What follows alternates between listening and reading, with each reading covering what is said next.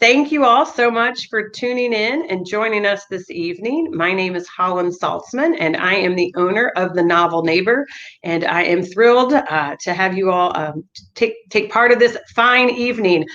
We are celebrating a book birthday, and we'll get to that in just a moment.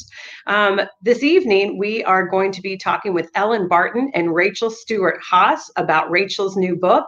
And first, I want to tell you a little bit about the people that we're going to be talking with tonight, and then we'll bring them into the studio and we'll start having some great conversations.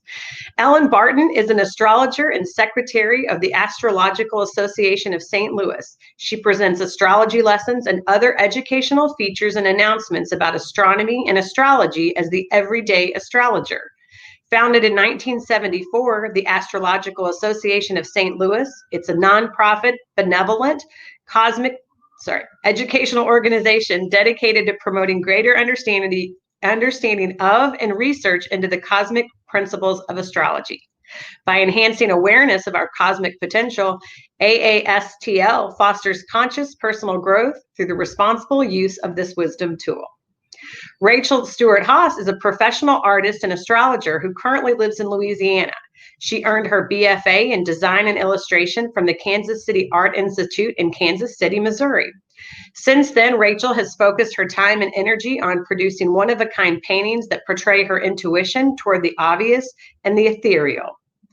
She has been fascinated with astrology since she first laid eyes on Linda Goodman's love signs in the 8th grade, and after years of working with top astrologers, Rachel launched her own practice with clients that span the globe. Rachel lives with her husband, David, their children, Ivy and Liam, and her devoted basset hound, Louie. Visit her online at rachelstuarthaas.com. So this evening, we're going to welcome Ellen and Rachel to talk a little bit about Mercury in retrograde, which we're hoping causes no issues for us this fine evening. So thank you all so much for being here. Thank you. Thank you for the introduction.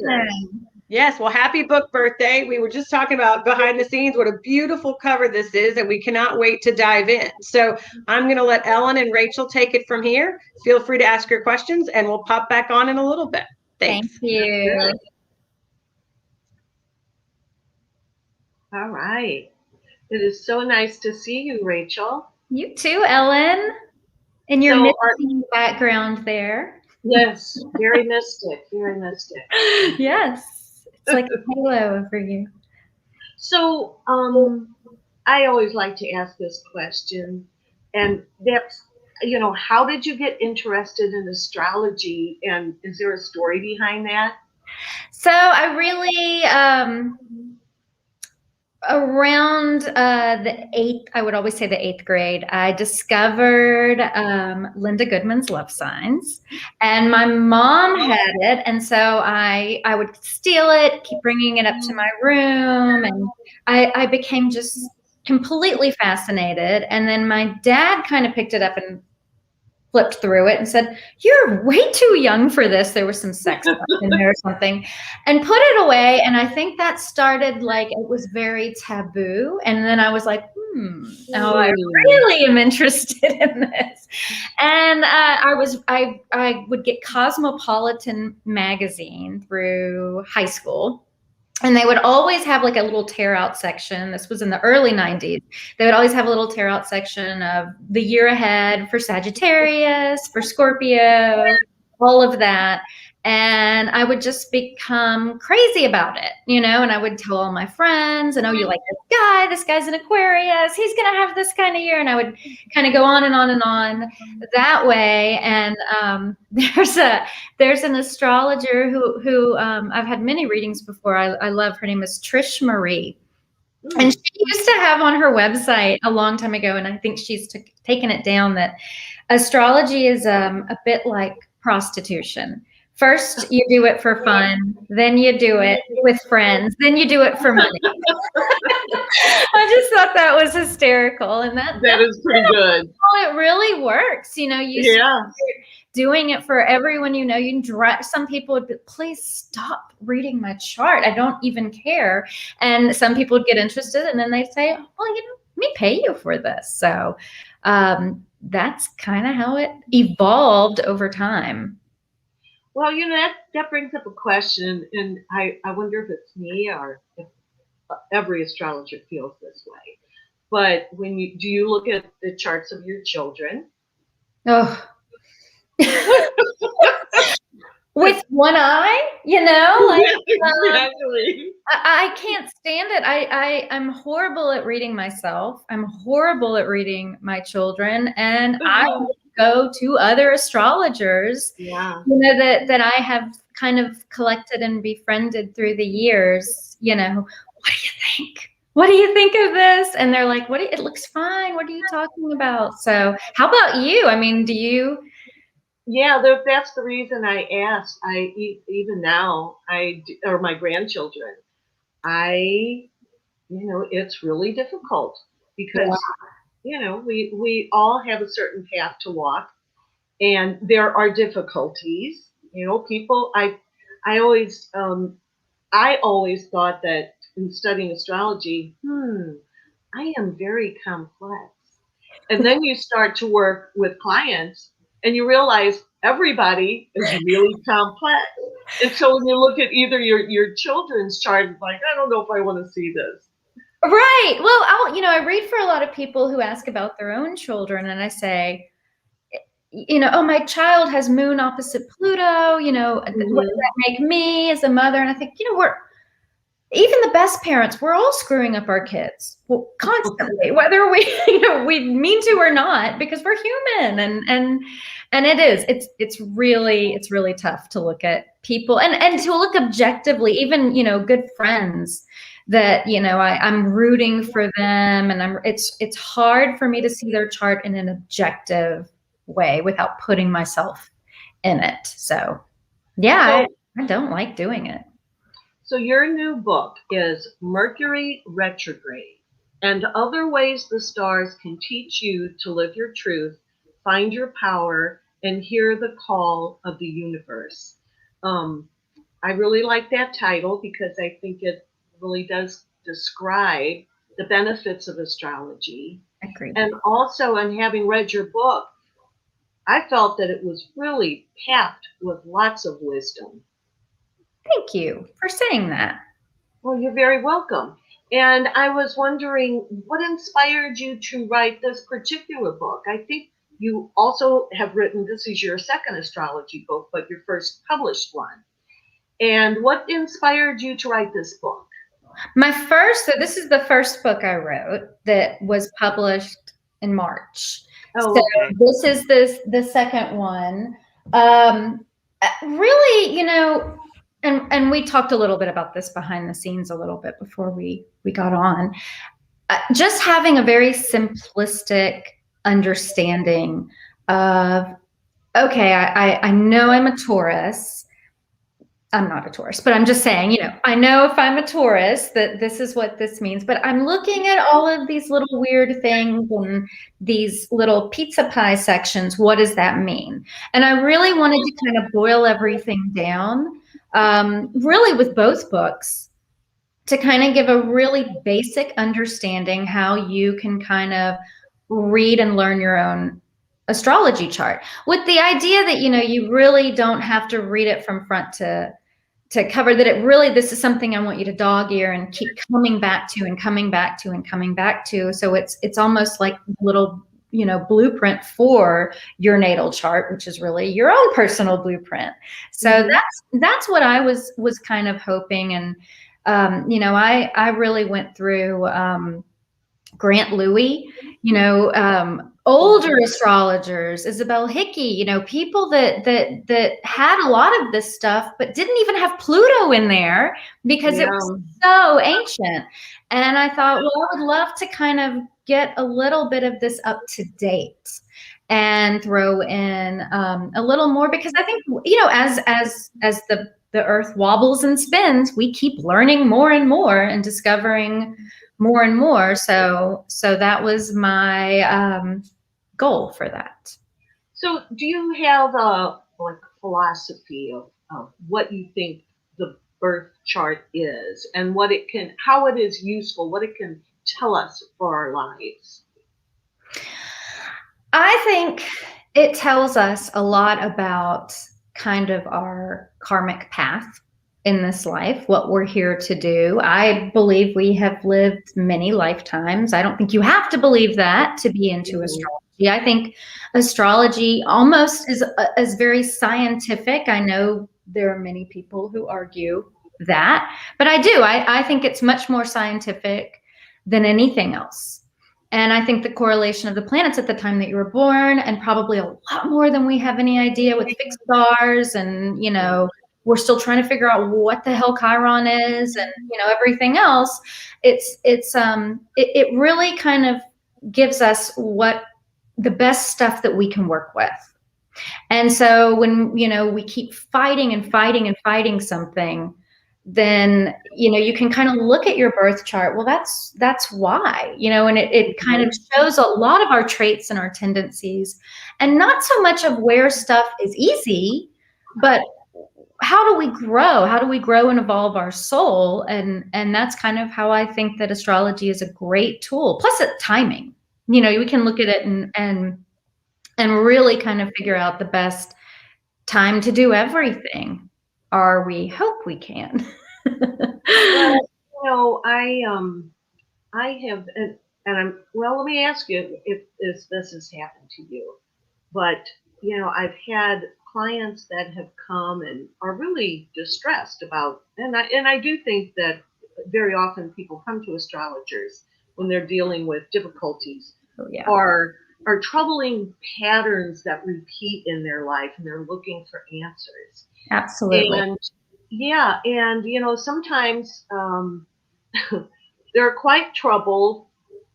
And when you are able to, through their birth chart, put this in a larger context for them that makes sense and really touches them deeply, you know, I always feel like if your client cries, you're probably doing a really good job. It's therapeutic. It is very much like a form of therapy to our clients. But I also think it's really focusing on stressful scenarios, i.e. a Saturn transit, a Pluto transit, an eclipse on your moon or sun, a Mercury retrograde gone awry, you know, all of those things. And my thinking is with these, with what's going on in the sky and how that affects our own blueprint, our natal chart, that, you know, all of this is just energy that we are needing to use. So here comes the Saturn transit, which is the planet of discipline, growing up, maturity, getting your stuff together, kind of, you know. Move out of mom's basement. Exactly.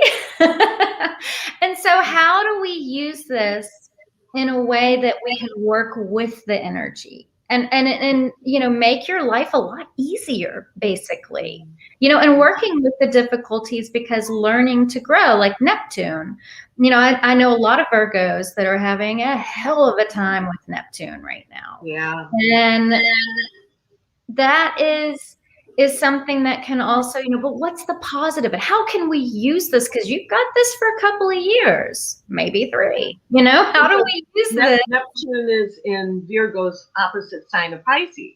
Right. So yeah, anybody who is a Virgo is, they're all dealing with this. We're all dealing with it. And it's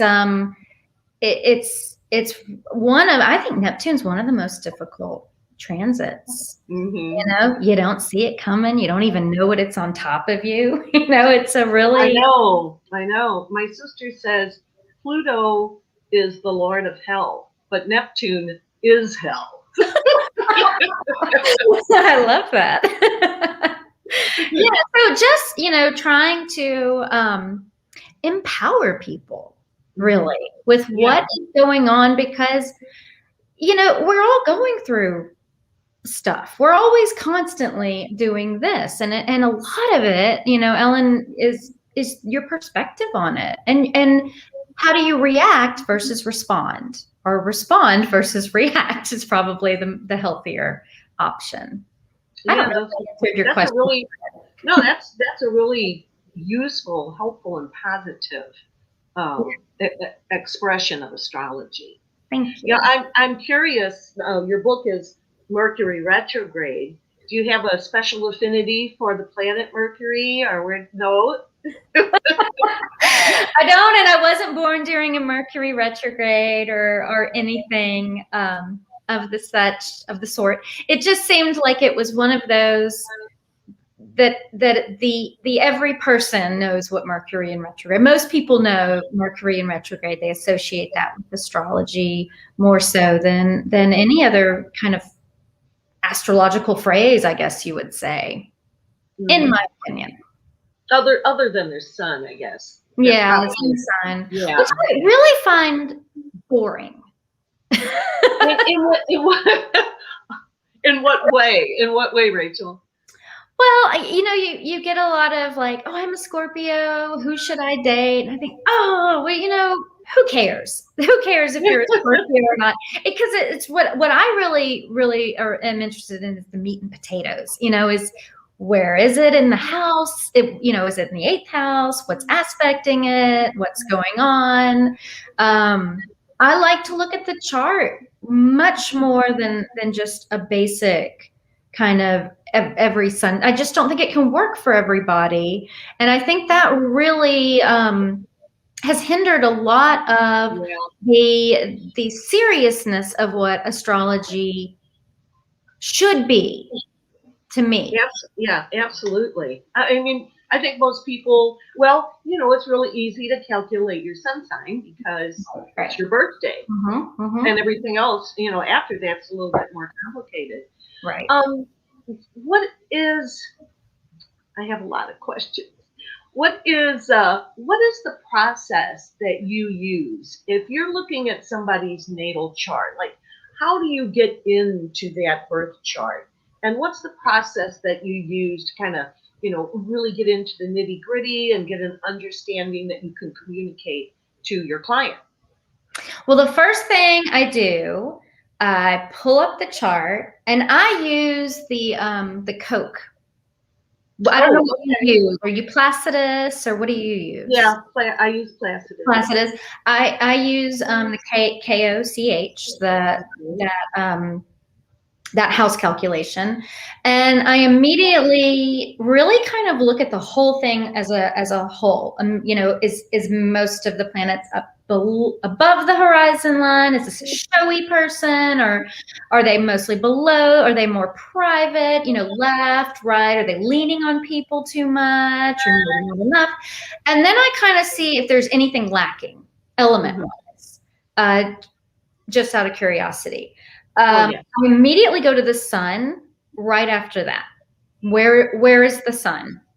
What is it aspecting? What is it doing? Because I feel like the sun is what you're here to do. That's it. It is very important, like a cog in the wheel, but it is very important. And it's a centering principle. Sure. For the chart. Sure. And then I look at the moon to see what they need. Are their needs getting met? Are there conflicts? Do they need more art? Do they need more communication? All of that. And then I find their chart ruler. So I look at their ascendant, figure out their defense mechanism, and see where that little ruler is. And are they utilizing that? Are they doing where that is by house and by sign? And from there, I kind of throw up some transits, see what's going on. But I really look at solar arcs a lot. Do you look at solar arcs a lot? I really don't. A lot of astrologers that I know are really like solar arc. I think I just kind of went in a different direction, and so used other methods. But tell me about how you use solar arc. And I want to say I don't think there's one way that's right versus another, such as the house calculations. I think they're all right. I think we all have different, because we're just humans interpreting what we're seeing. So which. I think they're all correct. So the solar arcs, and my teacher, Debbie Kempton Smith, may she piece. She taught me all about the solar arcs, and she really dug into me like, this is how you really get the predictions going. So a solar arc chart, just to explain, is basically taking the natal chart, planets and all, and rotating it 1 degree. I don't even know if I'm going the right way because I'm reversed, but 1 degree and all on for every year that you were born, based on the sun. So it's like taking the progressed sun, but taking the whole enchilada and rotating it. And I do that, and then it's really interesting. So I'll see like, oh, is their solar arc Venus lining up with their sun? Some love is coming in, or I'll kind of see if the planets are lining up. And with the Koch house calculations, I also look at the house cusps as if they were a planet, because if anything, yeah. And then and it gets very complicated after that. You run transits on top of all of it, kind of like that tri-wheel. And see, is there anything kind of picking up? So let's say your solar arc Mars, or your whatever I don't know, you're an Aquarius, right, Ellen? Right. Okay, so let's say your solar arc Uranus is kind of at 19 degrees Gemini, and here we are about to have an eclipse at 19 degrees. So then you would start having to, okay, what does Uranus rule? Where is it? And you kind of start, it's kind of a fun little game that you're trying to figure out. And we're not psychic, unfortunately, so it's something we can kind of with the predictions really kind of hone in on a lot. And then I'll even do a whole different chart of what your progressed solar arc chart looks like, and transits on that too, and you can kind of get all kinds of information. So is this a result of some of the people that you've studied with, or are some of these approaches that they just kind of evolved over the years? Or yes. More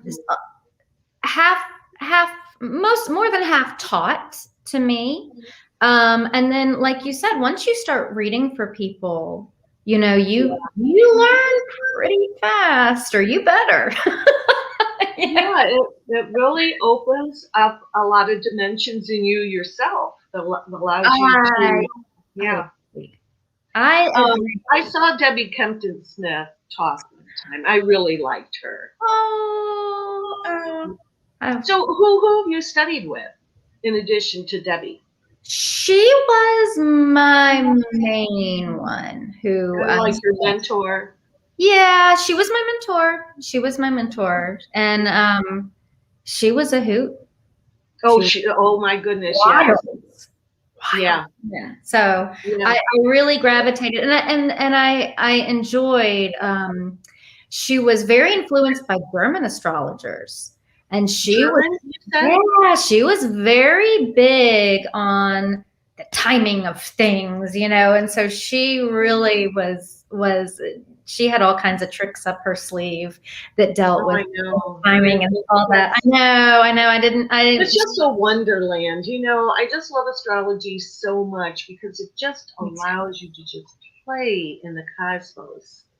Do you feel that you have an element of intuition? Are you drawn to, when you look at a chart, drawn to something and it turns out to be just the thing that you needed to address? 100%. Absolutely.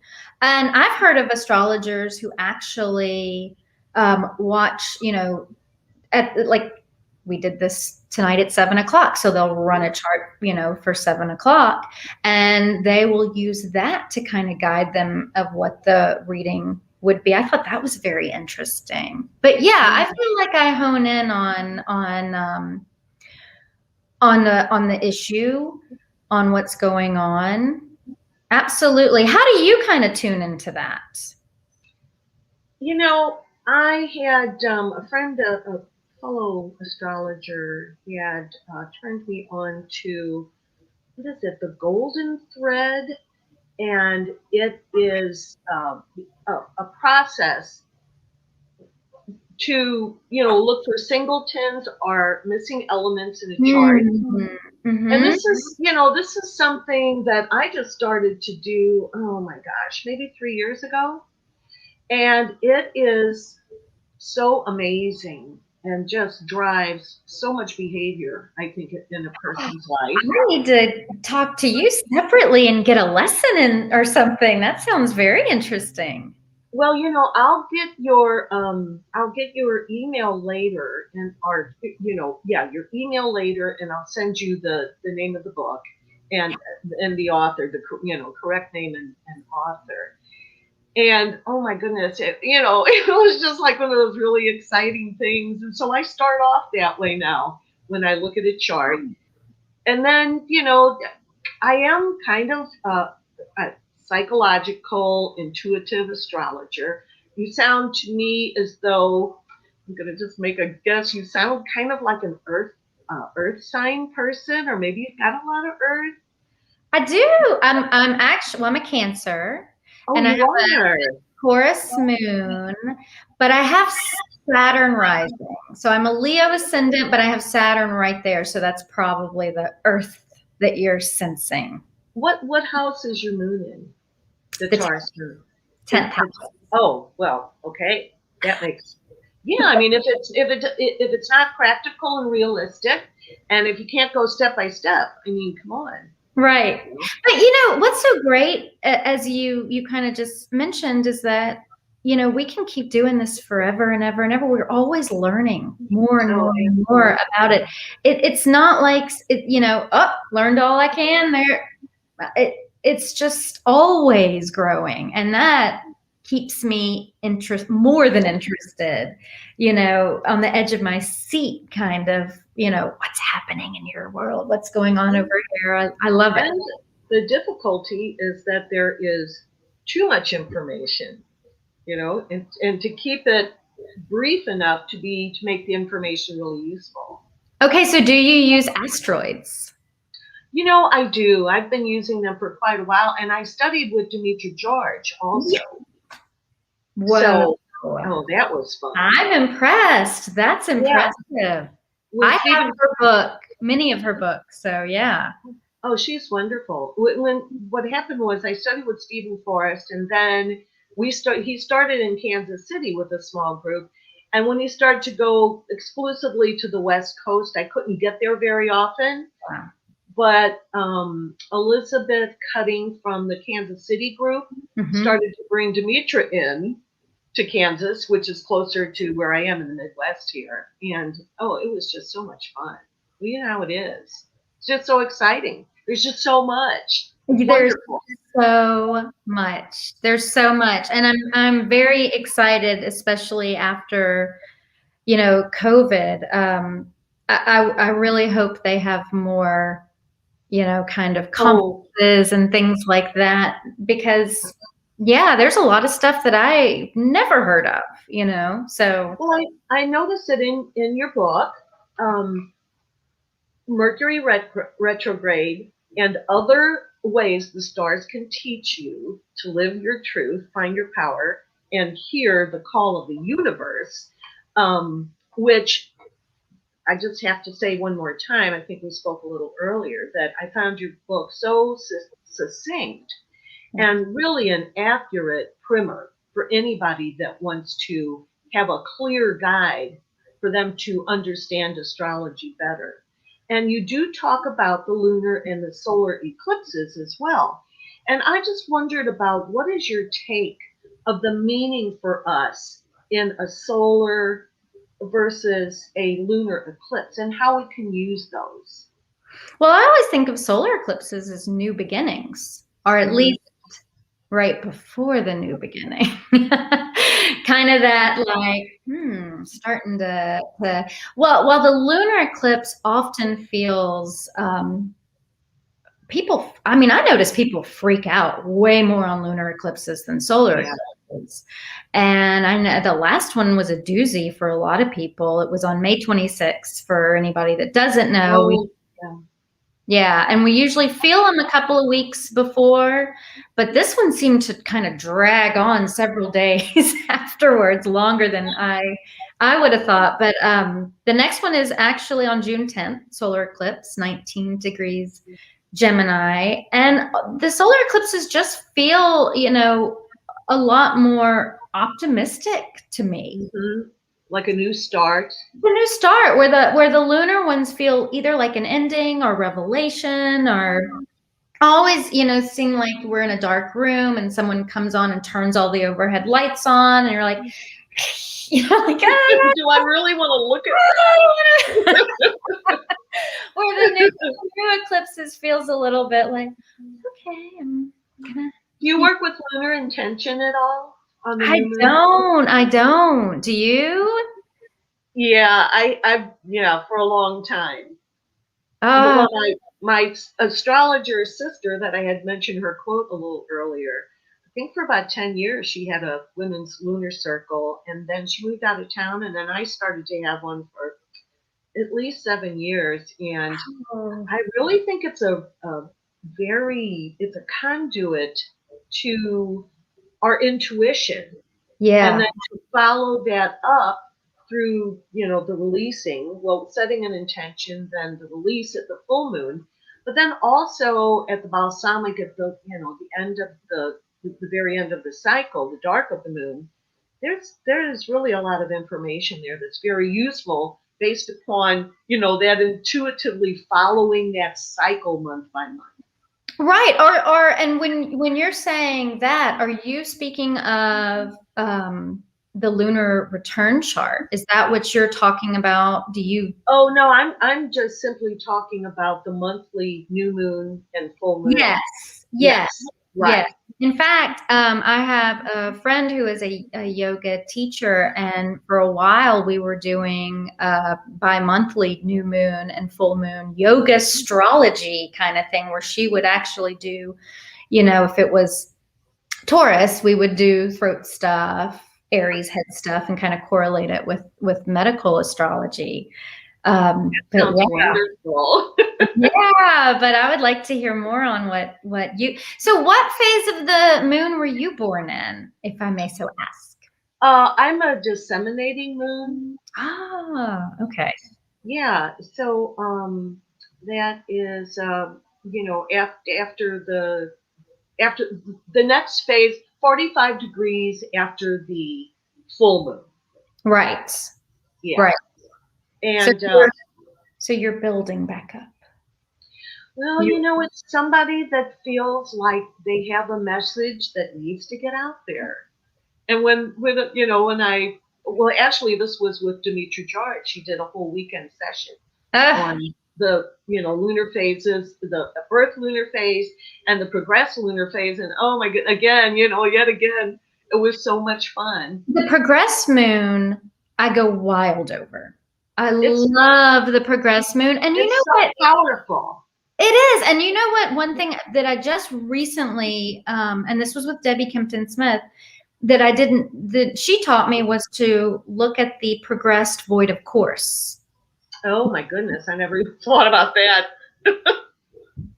Wow. I never even thought about that. Go back and look at every time you're progressed. Like if you moved, it didn't stick.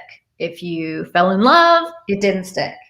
If you bought a $5,000 couch, you ended up hating it. It was very interesting to go back and look at your void periods, which are really richly creative, like really magical periods. But anyway, I thought that was pretty. I just started doing that a few years ago. So yeah, if for the people that are going to be watching our conversation, how would you suggest that someone gets a hold of a copy of their birth chart? Astro.com's the easiest, I would say. Wouldn't you? There's a gazillion apps. I use Time Passages. I have the Time Passages app, and that's the program I use because I'm on a Mac. Oh, okay. I mean, I think there are so many, and like you said, you can you can get too much information to where it becomes way overwhelming. So I feel like that when you start out, I really recommend getting rid of all the asteroids, because really? at first I do. I think it clutters it up. I think it becomes confusing. And I think learning just the planets at first, learning just the planets, because I had a hard time with everything all, squished around my moon or Mercury. I was like, what does this mean? I don't understand. So I found simplistic is best for beginning. Oh, I mean, and that's one of the things that Stephen Forrest says. He has something, he has a little phrase for it, but basically is just, keep it simple, go about 3 levels and don't go any more than that, or it will lose its meaning for people. They can't really follow it. I agree, because it's learning a new language, really. It's absolutely a language. And I mean, gosh, I can't tell you how many years I've been looking at things, but it took years, just to go, oh, that little squiggly thing that looks like a 4, that's Jupiter. It took me years to kind of figure that out. So I really recommend simply being simple with it, and being very patient with yourself. And I would get all of your friends and family's charts, because I was really, what really got me interested in astrology was the psychological aspect of it more than anything else. Why are you acting like that? Why are you doing that? Why do you talk like that? I wanted to figure out why people do what they do. And I'm generally fascinated by people, which I surprised myself with, because I've always been like, oh, people, and then I was like, oh, I kind of really want to figure this out. But I mean, I do feel like it's a calling. Don't you? Do you feel like it's more of a calling? Yeah, I kind of think there are born astrologers, just like any other calling. Yes. Yeah. I always say I think astrologically, so I can look at anything, and I'm sure you're doing this all the time too. You're looking at a situation or a conversation or interaction, and you're seeing it, you're observing it from the perspective of that, of the archetypes and the symbolic language of astrology. Yes. Well, the stories and the stories, the myths that go along with all of this are beautiful imagery that you really can intertwine with a lot of stuff. And I drive people crazy. I can barely watch a movie. Oh my God. If it's a documentary, I'm constantly on my phone. I'm looking up everybody's chart, looking it kind of sucks you all in, for sure. Your chapter number 3, which is the planets in the house, I found that chapter absolutely delightful. It was so succinct and right on the money. Ooh. And that's really hard to do, especially because for the topics that you covered, they're very succinct. They're somewhat, compressed. Yeah. And when you can only use so many words, it's really difficult to get the core meaning across. And I thought you were really successful at that. Thank you. Yeah, that's not an easy thing to do, but it's so helpful for the reader. Well, and that's what I wanted. That's what I tried to do. So I appreciate that very much. You're very welcome.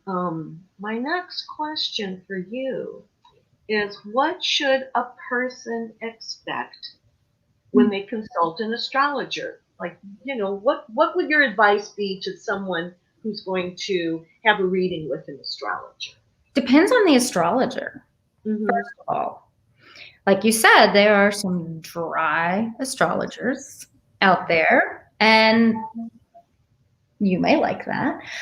Is it a financial reading? Is it an astrocartography reading? I would be very clear with, what you want. I think a lot of people kind of go into astrology readings and sit there and they're like, guess. Yes, Like that's just so true. And you wouldn't go to a doctor and be like, what do you think? So, if you're looking to move, if that's what your whole thing is, I would be very, you don't have to divulge all, your secret information, but I think it depends on what you're looking for. I mean, some people really just want to know about their chart. Some people just want to talk and see, it depends on sometimes, they want to talk. And as you can talk to them, oh, this is why you're doing this is why this is happening. This is why. And then it becomes more clarity more than anything else for them. Yeah, I agree. I think that idea of clarity is really so useful. I think I like what you're saying. I mean, I think my process for a long time has been take a good look at the chart. I don't want to know too much from the client initially, and I would always start off with just kind of and I asked them in the beginning, like, really, don't really tell me anything. Right. And then just do kind of, okay, this is what I see. Because I always feel I think people come in with different expectations and maybe a little suspicion. But when you can like nail it about what's been going on, then the process after that is so much easier because they will really hear you. And it opens people up too when they, and sometimes it's so easy, like Mars retrograde or something, and it's right on their sun or something. You're like, oh, well, blah, blah, blah.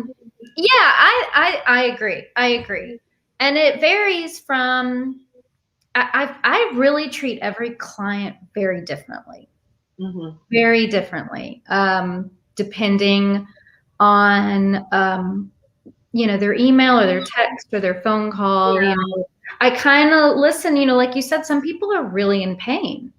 Yes. And that is, and most people, very few people are just like, tell me what it all means. Most people are coming because there is a problem.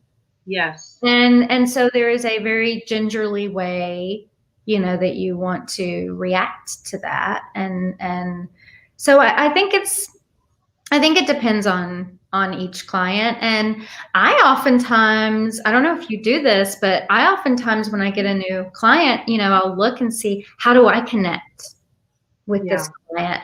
And sometimes I've even had them where they'll ask me for things that I think this astrologer over here might be better for you. Yeah. I'm not sure I can be of assistance to you in that regard, or maybe this one would be better. I don't know so much about financial astrology, or I don't, things like that. Oh, absolutely. As an example. Yeah, I tell people to, because there's going to be a span of time before they actually come for a consultation.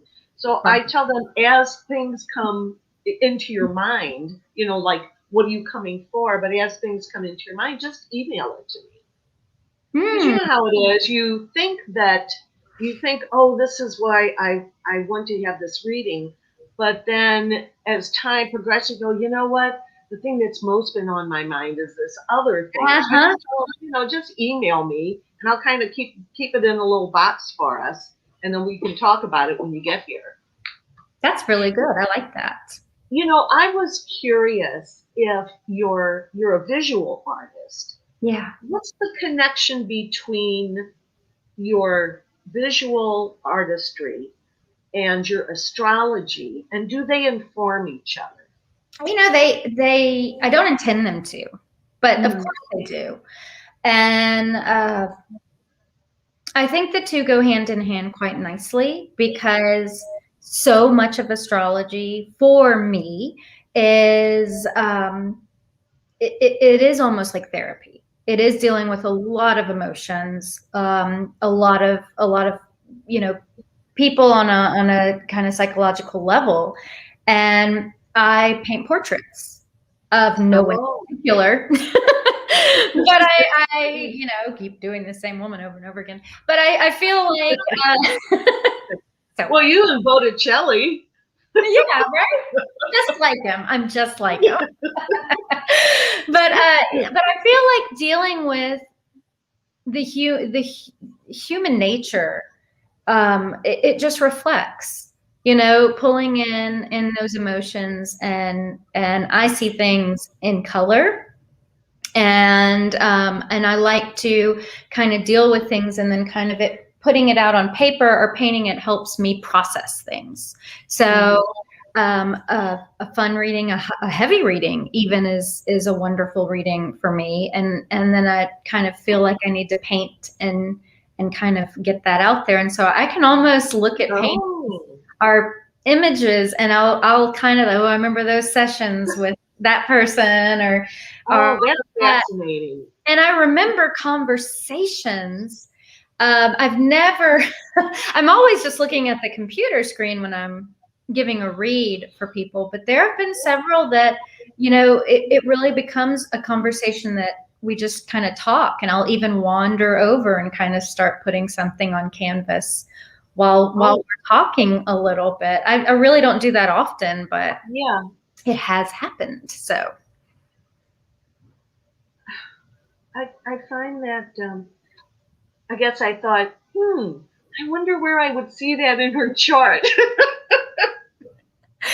No, that's I have Mercury opposite Neptune, so I think that is where we get that from. Yeah. Well, I think Neptune can be really helpful for an astrologer, because it deals so deeply with symbols and symbolic language itself. And, also the visual, as you were saying. Mm-hmm. So being opposite your Mercury, do you ever find yourself kind of going back and forth between, now I have to be more rational and serious about this. No, I can just totally let myself intuitively go here. At times. So I'm kind of curious also, what is your approach when you have a client consultation, and you see, really difficult things in a person's chart? Either they have just a difficult chart this lifetime, or that the aspects and progressions really strike you as they're going to be going into a period, and often that can be a lengthy period with the slow moving planets. Like, what is your approach in working with a client like that? Well, the planets are demanding action. They're demanding something from us. And so my approach is how to figure out how to respond to this and how to use it in a way. So you have Saturn opposite your moon for several months, let's say. You're no fun right now, the best time to do taxes or clean the toilet with a toothbrush or being around older women. Like how can let's not fight this. Let's work with it. I remember a couple of years ago, I had Saturn opposite my sun. And here, the other thing I do too, Ellen, as I'm kind of jumping around, but I also really pay attention. Let's look at Saturn opposite the sun, or Saturn sun conjunction. And if I don't see in someone's chart that the sun and Saturn don't know each other, then I don't think it's going to be that big of a deal. And if they know each other, I think it's going to be a pretty. Oh, okay. Does that make sense? So, Yeah, so for example, if you have a very left brain logical person who is not intuitive, very fact based, and they're having a big Neptune uh, aspect coming up, they're not familiar with that energy and might be very disorienting. Right. But if you have somebody that's very feeling nature, Neptunian, that if they're having a Neptune transit to even to their moon, it's not that big of a deal. And I find, you know, sometimes the worst planets can be the biggest help. And sometimes good old Jupiter can really throw a wrench in there, you know? Yeah. I mean, it is so different. Hello. We have company. Hi. I could sit and listen to you all evening, but I was going to pop in and Ellen all evening. I know this is fast. Of course, now I'm like, I've done my chart. I want to just sit down and talk with both of you. I want to find out all the things and when I'm supposed to do everything. I want to order Rachel's book. Yeah, I mean, yeah. And so I was going to add, we have a couple of questions from people who've been just kind of either on YouTube or Facebook, and some people who weren't able to make it in, but sort of send it ahead of time. So if you're okay now for me to pop in and ask a couple of those, that would be great. Yes. All right. I didn't want to interrupt. There was like, I mean, every single question that Ellen asked, I was like, oh, I'm just going to still sit here and listen because this is fascinating. You all were just touching on this one, I think, sort of in the same way when Ellen was asking about if there was something difficult to share. Is there ever a time that you haven't shared something, period? Like that just something came up that's just so much that it's just maybe not the right time to share with someone? Oh, absolutely. Okay. Oh, absolutely. Yes. Not to be sneaky. Yeah. But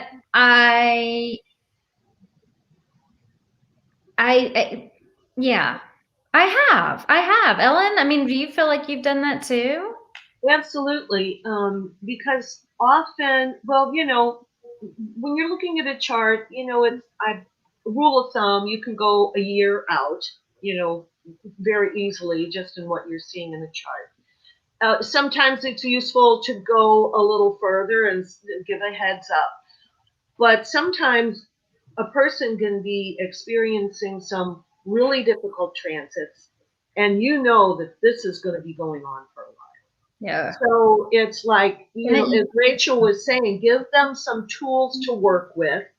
So within the short term, they can deal with, you know, this difficult period, and then say, you know, you should come and see me in another year. And then it's like, I will give heads up of this is going to be a difficult period, but you know, and we look at all the different ways what that could mean for that person. You know, what is is the transit happening in the house of home? Is it happening? And you know, so you can look at all of these different. There's so much to look at, and you don't want to freak. We're not here to freak people out, but we are here to be honest. Yeah. You know. Yeah. And then, you know, it's really fun when I had a client who later became an astrology student and then became a friend. I'm sure, Rachel, this happens with you all the time. And she came to me and she was really kind of freaked out because things were like changing so much that she felt very disoriented. And she had, you know, in astrology speak, she had a lot of planets coming over her ascendant. So in a sense, parts of her that were being revealed to her. Yeah. Was it Uranus or Uranus? I always say yeah. And so, you know, it ended up that I just reassured her that you should be feeling kind of crazy right now, and it's really good. This is really a good thing because this is what's coming up for you. And she was so relieved. And it was really a time of, it was a big time, a marker of a time of change in a very positive direction for her. But there were so many changes that it was, she thought she was going crazy. I said, no, you're not going crazy at all. This is exactly what you should be doing. Right. Which is so great to hear. And it's also great to hear when it's over. You know, right. You know that by this day, you are going to be feeling so much better. Just that light at the end of the tunnel can be what helps people hold on and, they stay on that ledge for sure. Absolutely. It can allow them also to use the time between now and then in a much more productive, positive way, and kind of use it as a tool. Exactly. You mentioned a little bit about kind of you had done some astrology and yoga together with a friend of yours or things like that. Have either one of you all incorporated anything else? Kind of, do you have we were talking kind of behind the scenes ahead of time that I would say my daughter's very into crystals, and some people might kind of coincide, I think, with Reiki or some numerology. And so do either of you sort of have a secondary thing that has been helpful, or that you've connected with maybe another instructor that has been kind of really complementary? I mean, I said the yoga. Are you, Ellen? What do you? I mean, the numerology. I'm not very skilled at it, but Dan Millman's book, I think, is really excellent, and I have put a lot of work into analyzing the chart, and then go look at Dan Millman's book. I love the numbers, and it's just like absolutely what I just spent an hour and a half on. So I think numerology. I'm also a massage therapist, and I really find that the story that the birth chart tells is very similar to the story that the body tells. That's so fascinating. I am very interested in acupuncture. Don't come to me for it, or no, I don't know, but I tried to get into the I Ching. I didn't have the kind of thing. I love using the pendulum. I love the pendulum. It's so basic. If it circles this way, yes. This way, no. Easy peasy. I love it. I think that's. I really like the I Ching, and I've got two of them. One is the little one. I can't remember the name of it. It's so good, and it's lost in my bookshelves. But the other one is the Wilhelm, the I Ching with the Wilhelm translation with the foreword by C.G. Jung. Have you ever read that one, Rachel? No, but I know what you're talking about. So do you throw pennies? Do you use coins with it? I use coins. Okay. Yeah. I'm gonna get into it. I promise. It's bad. I almost like every third thing you all talk about. I'm like, I just want to know so much more about that. But I'll try to. Rachel, we had shown the cover of your new book, and then you had a copy of your first book, and then somebody wants to know what you are working on next. Nothing. I'm gonna go. And I don't have anything currently, but I think there should be some relationship stuff. I'm very, I think the last, and I may be saying this in a terrible way because I'm sure there's somebody that's written some great stuff about, but like Rob Hand was the last very detailed kind of composite synastry. I think all of that was really just composite that he did, basically, correct? I've got his planets in transit, and I don't know that I have his progressions book. And I spoke to John Townley. Ellen, have you ever? I don't know him. He was the one who basically invented the composite chart. Oh. Still alive. He's a musician too. And he and this was in the 70s when astrology was really going bonkers and changing and going light years ahead. So I really would be interested to do something more with relationship astrology, because I mean, the love question's a big one. Yeah. Very big. And your Mercury Retrograde book was, I think, is, as I said, such a useful primer, and so succinct and easy and clear to understand. I think people would love to have that kind of book for relationships. I do too. Yeah. And I think with the way that I'm going to slip one more question in, but I have to put it on the screen because I can't read all the way below it. So I'm going to do that in a second.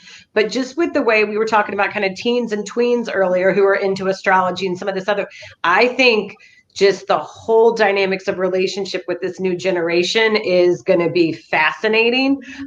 So I think that could be, and you had mentioned having a young one in your life. Like, I think that there's a whole opportunity there. Let me pop this question up because it's pretty specific. Oh, maybe I just can't see more of it.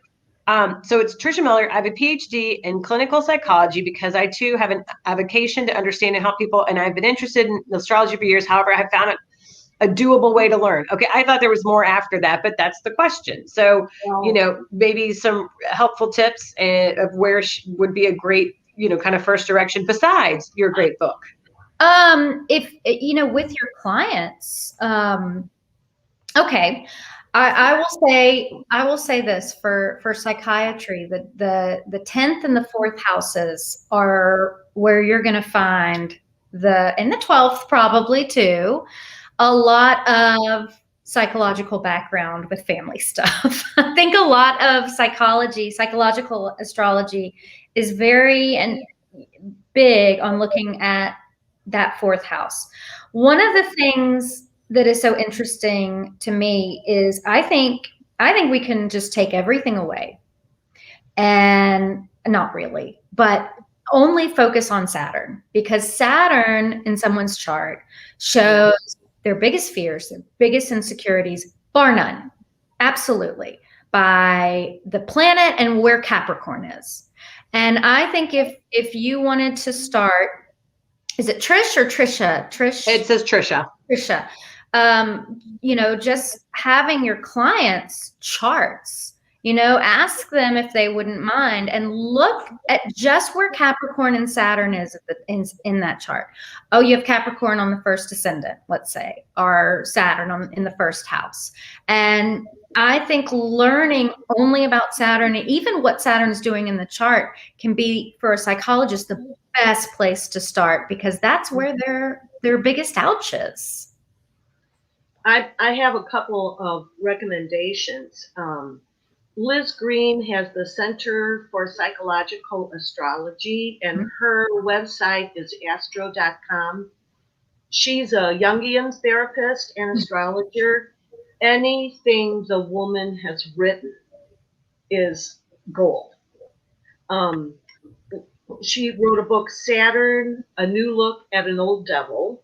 And I agree with everything Rachel says about Saturn. And The Astrology of Fate.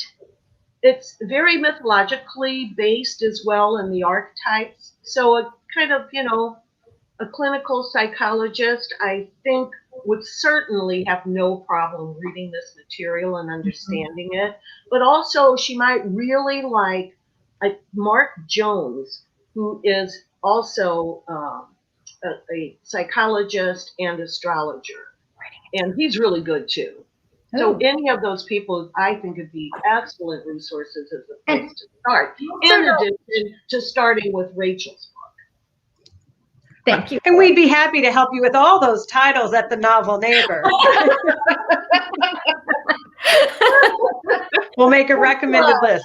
All right, we have gone over. We are at 8:04, and like I said, I could hang out with you two all night and keep talking about all this, and it's so great. So we've had some people watching us live on Facebook and on YouTube, but we have a lot of people that will watch this later. So if they have any urgent follow-up questions, or if they would like to do a reading with either one of you, how can people find you all?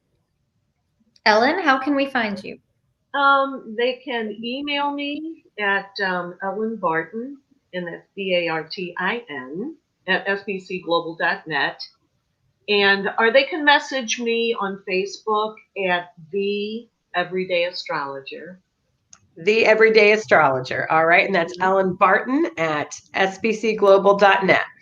Yeah. Now, the Everyday Astrologer, you said that's on where? Facebook. It's my Facebook page. Are you on Instagram either, or just Facebook? I used to be, but I'm rarely on it, you know. So many places to be right now. You're either like So many places to be. Yeah. All right. And Rachel, besides in bookstores, where else can we find you? RachelStuart-Haas.com. I am on Facebook, but I'm never on Facebook. So Instagram is at rStuart-Haas. And you can DM me or email me via my website. And if you have any trouble at all, make sure to reach out to the Novel Neighbor, and we will make sure that we can get you any information or any help, and certainly any books. And so before we sign off, Ellen, did you have something else? Absolutely. Yeah, that the local astrology group for local St. Louis folk is the Astrological Association of St. Louis. So that's AASTL.com. Okay. And, you know, we do presentations. We'd love to have you come visit us. I have a feeling we're going to be working with you a lot more, considering that this field, at least within at the Novel Neighbor, just keeps growing and growing. Awesome. For sure. Happy book birthday. I always am backwards here, and I always can't seem to do it. So there we go. To Rachel with her great book. And thank you again so much, Ellen, for joining us tonight. You've made the conversation so much more interesting than I would have. And good luck with the rest of kind of your virtual tour and checking in with other people. Thanks so much, everybody, for tuning in. And this is the Novel Neighbor, and we appreciate you tuning in tonight and all the support always. Take care. Bye-bye.